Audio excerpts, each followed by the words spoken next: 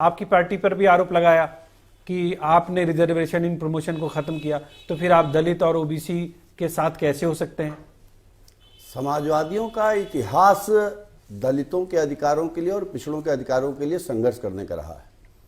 हमारे नेता डॉक्टर राम मनोहर लोहिया ने सबसे पहले इस देश में आज़ादी के बाद नारा दिया था कि सोशलिस्टों ने बांधी गांठ, पिछड़े पावें 100 में 60।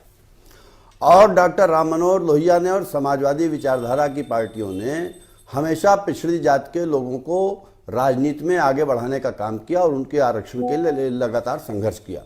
ये जो भाजपा के लोग इतनी लंबी और जटिल तरीके से बात समझाने की कोशिश कर रहे हैं, माननीय संजय चौधरी जी, इतना घुमा फिरा के बात इंसान तभी करता है जब उसके पास किसी बात का सीधा जवाब नहीं होता।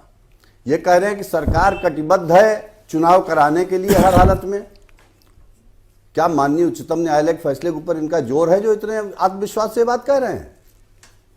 रैंडम सर्वे की बात हो रही है, 2022 में क्यों नहीं आप रैंडम सर्वे करा सकते थे? 2017 को ही हमारी सरकार के हर फैसले को तो आप नहीं मानते हैं, इसको क्यों आपने 2017 का मान लिया? इसलिए कि आप जानबूझ करके ऐसा चाहते थे कि ये स्थिति हो, क्योंकि उत्तर प्रदेश के नगर निकायों पर सरकार को इस बात का अंदेशा था कि इस बार सरकार की अलोकप्रियता बढ़ रही है और इस सरकार को भारी तादाद में इसकी सीटें जाने वाली हैं। इसलिए इन्होंने इस चुनाव की प्रक्रिया को इस तरीके से उलझाया है कि आज पूरा प्रदेश परेशान है। दूसरा, जहां तक सवाल है भारतीय जनता पार्टी की विचारधारा का और इनकी जो सफाई पिछड़ों के बड़े हितैषी बन रहे हैं, मैं अगर आपके माध्यम से माननीय संजय चौधरी जी से पूछूं कि क्या भारतीय जनता पार्टी इस बात से इनकार कर सकती है कि वो राष्ट्रीय स्वयंसेवक संघ की विचारधारा पर चलने वाली राजनीतिक पार्टी है? पूरा देश जानता है कि राष्ट्रीय स्वयंसेवक संघ की विचारधारा पर चलने वाली पार्टी भारतीय जनता पार्टी। मैं श्रेय जी आपको कुछ नमूना बताना चाहता हूं। भारतीय जनता पार्टी का जो मातृ संगठन है राष्ट्रीय स्वयंसेवक संघ, इसके सबसे बड़े चिंतक हुए हैं श्री माधवराव सदाशिवराव गोलवलकर जी। उन्होंने उनके विचारों का संग्रह एक किताब बंच ऑफ थॉट्स के नाम से, जिसको हिंदी में अनुवाद हुआ विचार नवनीत, और ज्ञान गंगा प्रकाशन जयपुर से वो पुस्तक प्रकाशित हुई है। उसका कुछ मैं आपको उदाहरण दे रहा हूं, उससे कितने बड़े पिछड़ा हितैषी हैं और दलित हितैषी हैं उसकी बात साफ हो जाएगी। एक जगह लिखा है पृष्ठ संख्या 109 पर कि वर्ण व्यवस्था हिंदू समाज का गौरव है। इससे इनकार कर सकते हैं माननीय संजय चौधरी जी? एक जगह पर लिखा है कि इतिहास हमें बताता, मुझे वक्त मिलना चाहिए। आप चुप हो जाइए, मैं आपके पास आऊंगा। संक्षेप में आप कुछ भी आप निश्चित रूप से आप बिल्कुल वार्तालाप कर रहे हैं, तो मैंने तो नहीं तो कहा आपको ये श्रेय भाई, ये बात ठीक नहीं है।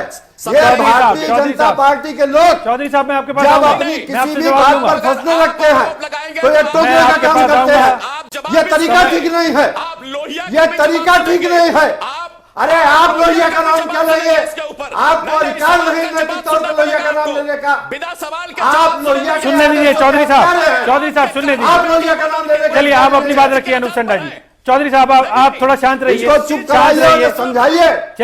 चलिए आप अपनी बात रखिए। नहीं, आप अपनी बात रखिए, आप अपनी बात रखिए, आप अपनी बात रखिए। संडा साहब आप अपनी बात रखिए। चौधरी साहब मैं आपसे जवाब लूंगा, थोड़ा सा संयम बरते। प्रश्न संख्या 111 पे थोड़ा सा संक्षेप में बताइएगा। स्वर्गीय गोलवलकर जी लिखते हैं जी कि इतिहास हमें बताता है कि देश का गुलाम इसलिए बना कि बौद्धों के प्रभाव से हमारे समाज में जाति व्यवस्था भंग हो गई थी।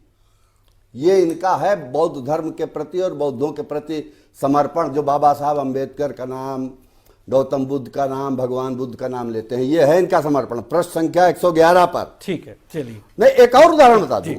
चलिए उदाहरण और उन्होंने दिया, लंबे उदाहरण देंगे, समय निकल जाएगा। मैं इसलिए कहना चाहता हूं इनकी सच्चाई सामने आनी चाहिए जी। ये अगर किसी विचारधारा को किसी जानवर का रूप दे दिया जाए तो ये इनकी विचारधारा है गिरगिट जी, जो बराबर रंग बदलती रहती है। चलिए मैं चौधरी साहब से छोटा सा जवाब ले लेता हूं। चौधरी साहब छोटा सा जवाब दीजिएगा मुझे, और गेस्ट के पास भी